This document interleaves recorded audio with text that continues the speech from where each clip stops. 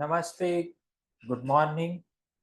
हम सबके अपने अपने गुरु और our master doctor Samuel Hahnemann sir, अपने टीचर्स, सभी होम्योपैथी के डिफरेंट मास्टर्स के आशीर्वाद के साथ, अपने माता पिता के आशीर्वाद के साथ आज के सेशन को हम स्टार्ट करते हैं।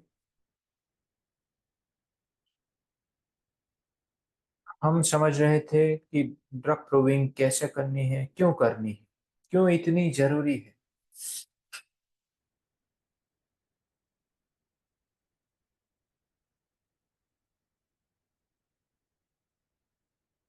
आगे है aphorism number 121।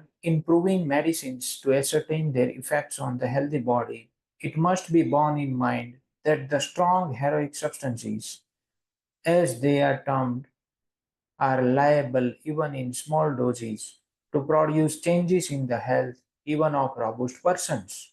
Those of milder power must be given for these experiments in more considerable quantities in order to observe the action of very weakest.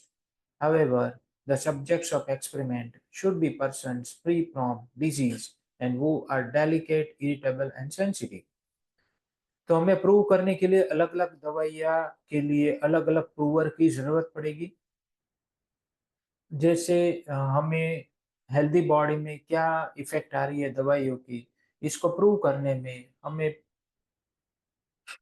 हमें दिमाग में एक आइडिया आता है कि जो स्ट्रॉन्ग हेरोइक मेडिसिन से, जिसको हम ड्रग्स कहते हैं, ड्रग रेमेडीज, वो स्मॉल डोज में भी रोबस्ट पर्सन में जो मजबूत है उसकी हेल्थ में भी चेंजेस लाता है। और जो माइल्डर पावर के सब्सटेंसेस है, जैसे कि प्लांट रेमेडीज माइल्डर होती है जनरली, वो उसको एक्सपेरिमेंट करने के लिए उसमें थोड़ी ज़्यादा क्वांटिटी में वो ज़रूरत पड़ेगी। और जो काफ़ी वीकेस्ट मेडिसिन्स है, जैसे कि कुछ मिनरल्स, जैसे सिलिका या फिर कलकिरिया, ये काफ़ी वीकेस्ट रेमेडी में से आती है, क्योंकि उसकी क्रूड फॉर्म अगर कोई खा ले तो उसको कोई इफेक्ट आती नहीं है, थोड़ी क्रूड फॉर्म खा ले तो ये दवाइयाँ काफ़ी वीकेस्ट है, जिसकी असर आने में काफ़ी टाइम लगता है और उसको कंसिडरेबल क्वांटिटी में देना पड़ता है। तो इसकी प्रूविंग के लिए पर्सन डिजीज से मुक्त होना चाहिए, और क्या होना चाहिए?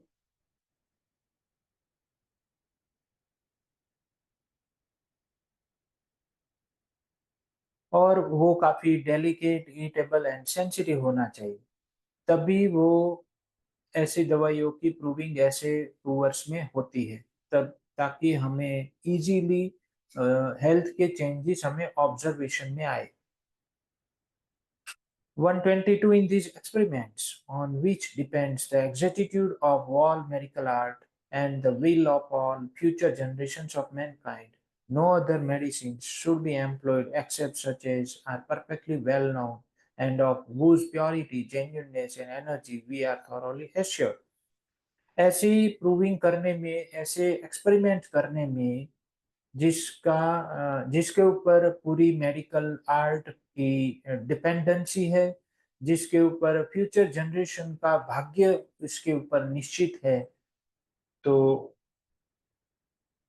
ऐसे एक्सपेरिमेंट में हमें और कोई दवाई नहीं देनी चाहिए जिसके बारे में हमें पता नहीं है। सिर्फ वही दवाई देनी चाहिए जिसको हम परफेक्टली जानते हो, जिसकी प्योरिटी, जिसकी जेन्युइननेस, जिसकी एनर्जी के बारे में हमें संपूर्ण तरीके से पता हो, ऐसी दवाइयों की एक्सपेरिमेंट करनी चाहिए। 123, each of these medicines must be taken in perfectly simple, unadulterated form. The indigenous plants in the form of freshly expressed juice mixed with a little alcohol to prevent it spoiling. Ex- Exotic vegetable substances, however, in the form of powder or tincture prepared with alcohol when they were in the fresh state and afterwards mingled with a certain proportion of water. तो हमें हमें जो दवाइयाँ चाहिए वो वो हमें perfectly simple unadulterated form में लेनी चाहिए। जो भी दवाइयाँ हम प्रूव करने वाले हैं वो अनएडल्ट्रेटेड फॉर्म में होनी चाहिए, सिंपल फॉर्म में होनी चाहिए। और इंडिजिनियस प्लांट,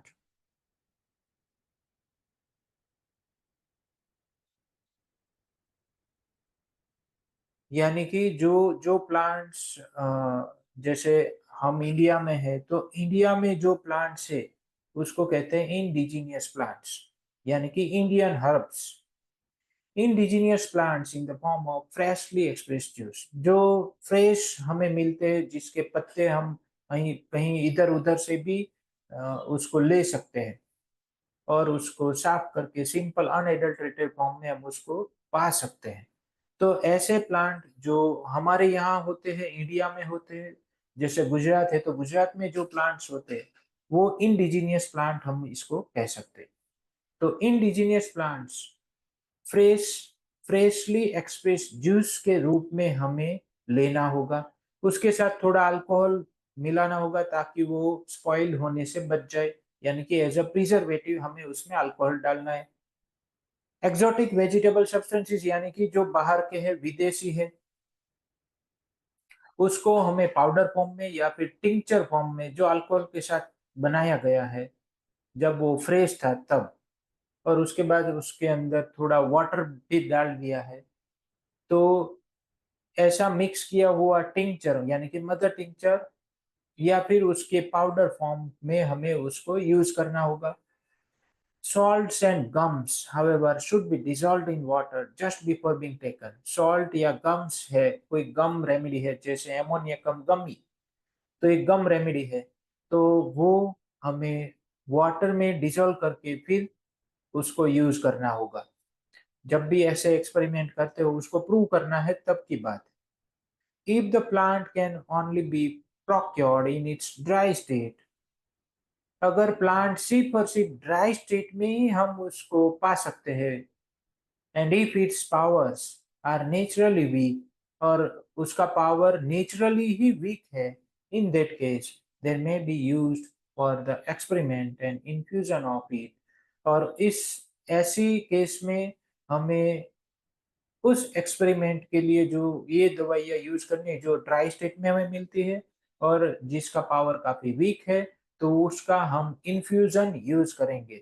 मेड बाय, कैसे बनाना है, made by cutting the herb into small pieces, small pieces में कट कर देना है हर्ब्स को, चाहे वो रूट्स हो या लीव्स हो या फिर फ्लावर्स हो, जो भी हर्ब्स हम यूज करने वाले हैं, या फ्रूट्स हो सकते हैं, तो उसके छोटे छोटे टुकड़े कर देने। And pouring boiling water on it, उसके ऊपर बॉइलिंग वाटर डालना है, so as to extract its medicinal parts, जिससे उसकी मेडिसिनल पार्ट्स एक्सट्रैक्ट हो जाए पानी में। Immediately after its preparation it must be swallowed still while still warm. और ये जो प्रिपरेशन बनता है, यानी कि जो काढ़ा हम इसको बोल सकते हैं, कि हर्ब्स को काट के उसके ऊपर गरम गरम पानी, बॉइलिंग वाटर हम उसको डालें, और फिर वो वाटर जो उस हर्ब्स के साथ मिल के जो उसमें से मेडिसिनल प्रॉपर्टीज वाटर में आ जाती है, वो वाटर का यूज करना है। Immediately after its preparation it must be swallowed while still warm, जब वो गर्म हो तब उसको यूज कर लेना। As all expressed vegetable juices and all aqueous infusions of herbs, इसको इन्फ्यूजन कहते हैं हर्ब्स का। ये से सभी एक्सप्रेस जूसेस या सभी ऐसे aqueous infusion without the addition of spirit, जब उसके अंदर कोई अल्कोहल स्पिरिट यानी कि उसके अंदर प्रिजर्वेटिव नहीं डाला है, उसके बिना है, तब पास रैपिडली इनटू फर्मेंटेशन, वो तुरंत ही फर्मेंटेशन या डी और उसके बाद डिकम्पोजिशन में चला जाता है। Whereby all the medicinal properties are lost, जिससे उसकी सभी मेडिसिनल प्रॉपर्टीज लॉस्ट हो जाती है। इसीलिए सभी एक्सप्रेस जूसेस या फिर ऐसे एक्वियस जो इन्फ्यूजन हम बनाए, तो उसको तुरंत ही यूज करना होगा। एक और ले लेते, for these experiments every medicinal substance must be employed quite alone and perfectly pure.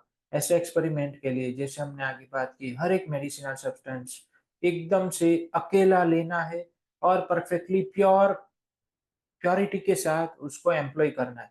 Without the admixture of any foreign substance, हमें उसके अंदर कुछ नहीं मिलाना है, and without taking anything else of a medicinal nature the same day, और उसी दिन कुछ भी हमें मेडिसिनल नेचर का कुछ भी खाना पीना नहीं है, nor yet on the subsequent days, same day पे नहीं लेना है और उसके बाद के सब्सिक्वेंट डेज में भी नहीं लेना है।